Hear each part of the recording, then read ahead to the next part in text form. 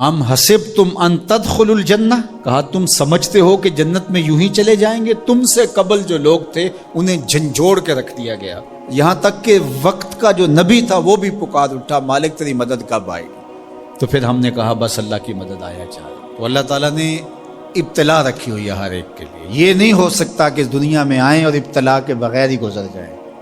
کوئی آدمی ایسے ہی گزر جائے، ایسے نہیں ہو سکتا، ابتلا سے اس کو گزرنا پڑے گا جیسے بھی گزرے۔ اللہ مال دے کے بھی آزماتا ہے اور غربت دے کے بھی آزماتا ہے، یہ دونوں آزمائشیں ہیں اس کی۔ کبھی صحت دے کے آزماتا ہے، کبھی بیماری دے کے آزماتا ہے، کبھی فراغت دے کے آزماتا ہے، کبھی مصروفیت سے آزماتا ہے، کبھی بھوک سے آزماتا ہے، کبھی انواع و اقسام کے کھانے فراہم دے دیتا ہے، اب آزمائش ہوتی ہے۔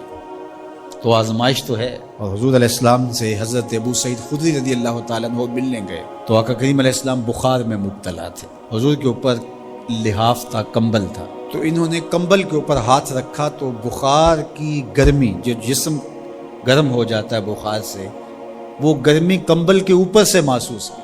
تو حضرت ابو سعید نے عرض کی یا رسول اللہ یہ کیا؟ فرمایا ہم کو تکلیفیں دوہری ملتی ہیں، اجر بھی دوہرا ملتا ہے۔ سب سے زیادہ تکلیفیں انبیاء کو آئی، سب سے زیادہ تکلیفیں نبیوں کو پہنچی ہیں، پھر جو نبیوں کے خاص لوگ متبعین خاص، ان کی عادات کو اختیار کرنے والے۔ امام فخر الدین رازی نے تفسیر کبیر میں لکھا ہے کہ مکے سے لے کر طائف تک 70 ایسے نبیوں کی قبریں ہیں جن کی وفات صرف بھوک اور پیاس کی وجہ سے۔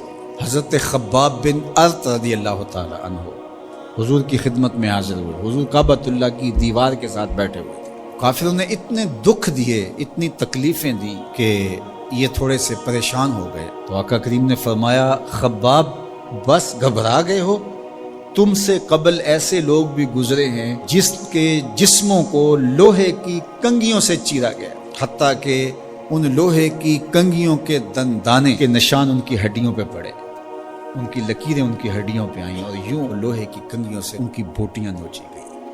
ان کو کہا گیا دین کو چھوڑ دو، انہوں نے کہا جو کرنا ہے کر لو، ہم دین کو نہیں چھوڑ سکتے۔ حضرت زکریا کے سر پیارا رکھ کے پاؤں تک چیر دیا گیا، لیکن پڑھو ان کی سیرت، ان کی زبان سے اف بھی نہیں نکلی، زخم پہ زخم کھا کے جی، خون جگر کے گھونٹ پی، آہ نہ کر لبوں کو سی، یہ عشق ہے دل لگی نہیں۔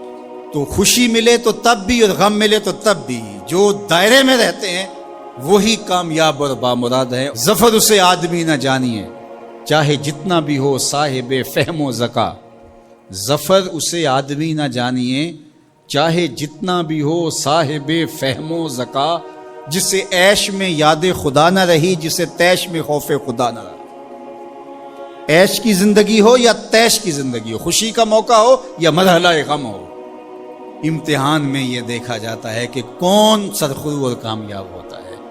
تو یہ زندگی امتحان گاہ ہے، کبھی مال کی فراوانی امتحان، کبھی غربت امتحان، کبھی پھلوں کی کثرت امتحان، کبھی پھلوں کا لٹ جانا امتحان، کبھی اولاد کی کثرت اور فرما بردار اولاد نصیب ہو جانا یہ امتحان، اور کبھی اولاد کا مر جانا یا نافرمان نکمی اور آوارہ اولاد پلے پڑ جانا، یہ امتحان، یہ امتحان زندگی۔ کبھی دولت ہی دولت انبار لگ جاتے ہیں، اور کبھی دو لقموں کے لیے بندہ ترستا ہے، یہ بھی امتحان۔ کبھی ماں باپ ہیں، بہن بھائی ہیں، رشتہ دار ہیں، ان کے سایہ عاطفت میں زندگی گزرتی ہے، اور کبھی کندھوں پہ اٹھا کے باپ کو بھی قبر میں اتار چکے ہوتے ہیں، ماں کو بھی لاحت میں اتار چکے ہوتے ہیں۔ کوئی کندھا بھی نہیں ہوتا جس پہ سر رکھ کے آنسو ہی بہا لے۔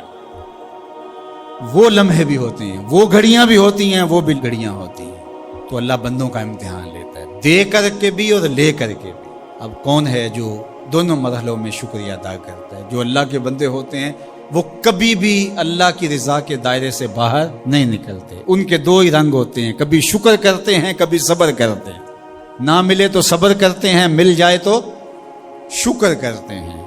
اور پھر ان کے پاس فراوانی ہو تو اپنے اطراف میں رشتہ داروں کو، اعزاء کو، اقربا کو، گلی محلے کے لوگوں کو، جو ایسے حالات کے اندر جس کے پاس فراوانی ہے وہ اپنا مال لوگوں کی ضرورت کے لیے نہیں نکالتا، وہ ناکام ہے امتحان میں۔ چاہے وہ کوئی بھی ٹائٹل رکھتا ہو، وہ چاہے پیر کا ٹائٹل اس کے پاس، چاہے عالم کا ٹائٹل اس کے پاس، چاہے وہ سیاستدان ہو، چاہے وہ کچھ بھی ہو، اس مشکل وقت پر جو ضرورت مندوں کے کام نہیں آتا، اگر اس کے پاس گنجائش ہے تو وہ امتحان میں ناکام ہو گیا ہے، جو اللہ نے امتحان لیا اس میں ناکام ہو گیا۔ اور دوسرا جو مصیبت میں پھنس گیا وہ اپنی سفید پوشی کا آخری حد تک بھرم نہ ٹوٹنے دے۔ تو میں اور آپ لمحہ لمحہ امتحان گاہ میں کھڑے ہیں۔ میں ممبر پہ بیٹھا ہوں تو میں بھی امتحان میں ہوں، آپ یہاں بیٹھے ہیں آپ بھی امتحان میں ہیں، فیکٹری کے مالک بن کے سیٹ پہ بیٹھے ہیں آپ بھی امتحان میں ہیں، اقتدار کی مسند پر بیٹھنے والے سب سے بڑے امتحان میں ہیں، کیونکہ سب سے زیادہ تو ان سے پوچھا جائے گا نا۔ اللہ تعالی ہمیں اس امتحان میں کامیابی دے، اور اللہ تعالیٰ اس وقت ملک کے جو حالات ہیں اپنے کرم سے ان کو درست فرما دے۔